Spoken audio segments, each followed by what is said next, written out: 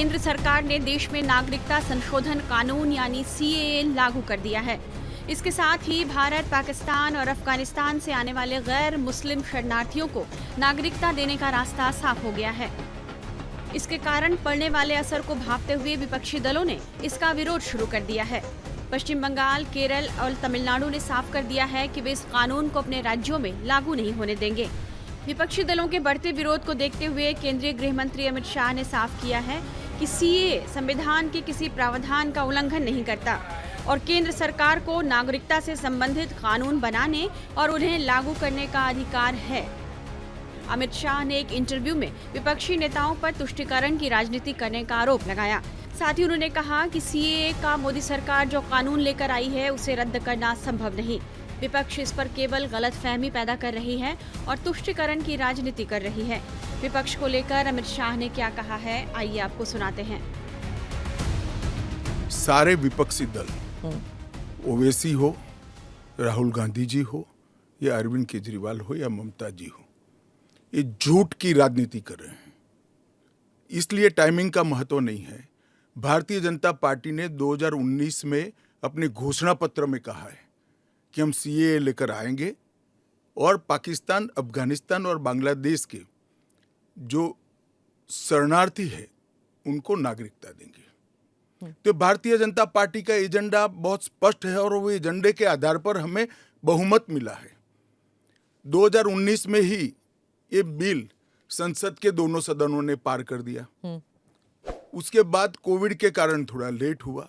अब टाइमिंग का क्या महत्व है? सरकार ने अपनी विल चुने जाने से पहले अभिव्यक्त कर दी है। चुनने के बाद फर्स्ट प्रायोरिटी में पहले ही साल में दोनों सदनों से इस कानून को मान्यता मिल गई है। रूल्स फॉर्मेलिटी है। भारतीय जनता पार्टी को के लिए ये पॉलिटिकल गेन का मुद्दा नहीं है।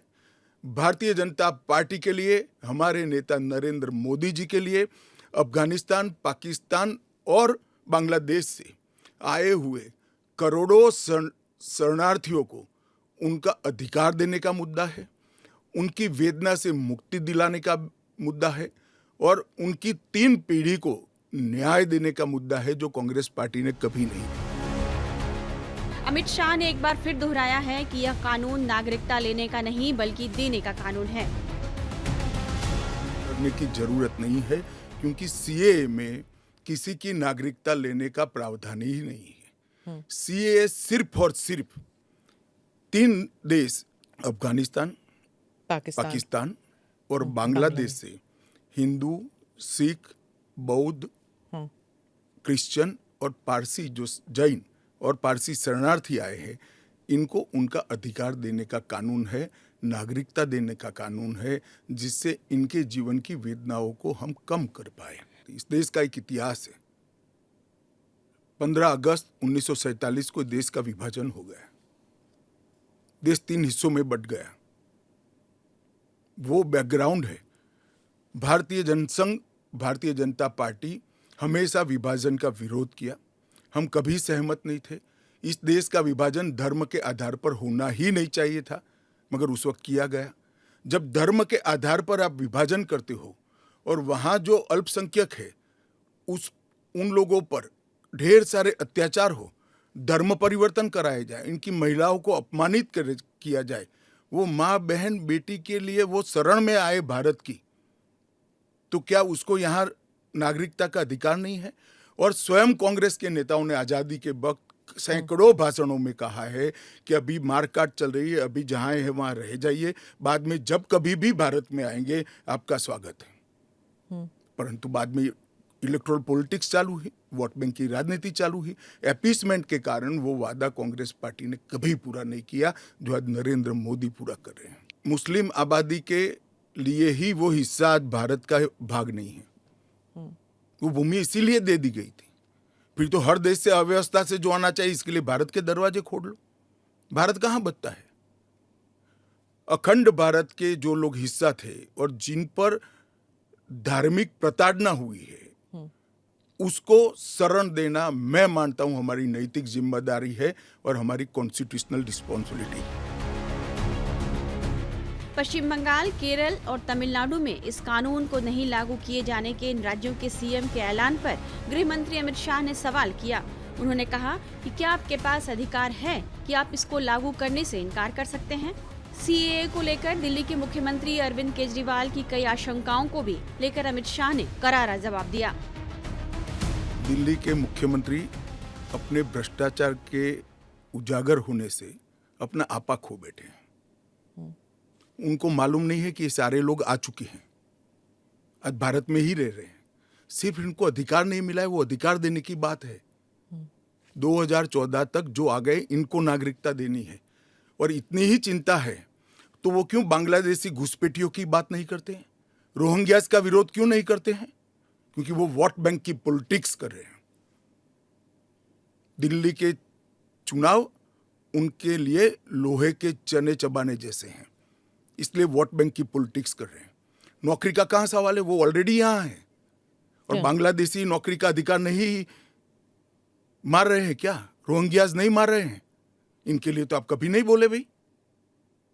सिर्फ जो हिंदू शरणार्थी आए हैं, जो बौद्ध शरणार्थी आए, जो जैन, पारसी और क्रिश्चियन शरणार्थी, इसी का विरोध कर रहे हैं। शायद उनको जो निराश्रित आए थे, जो रेफ्यूजीज आए थे, इनके परिवार के साथ एक चाय पीनी चाहिए।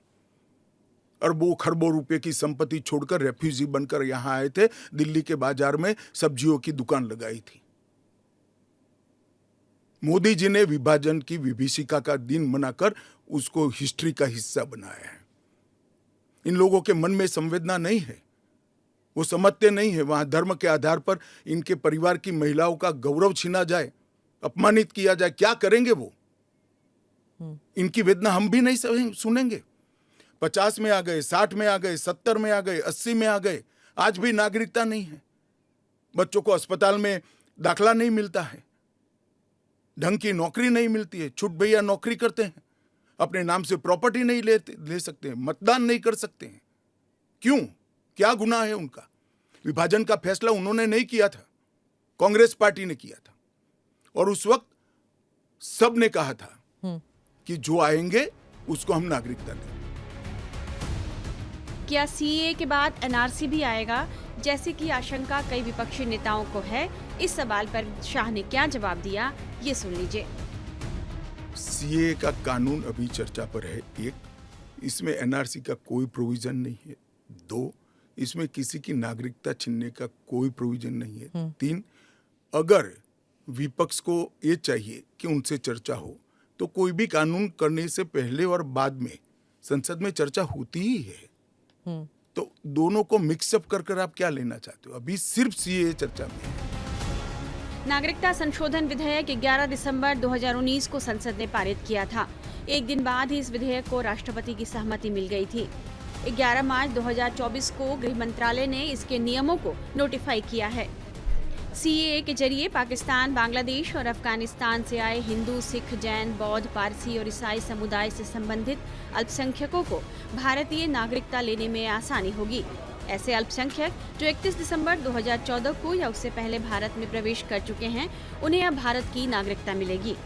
विपक्षी दलों का आरोप है कि यह कानून केवल मुसलमानों से भेदभाव करने के लिए लाया गया है।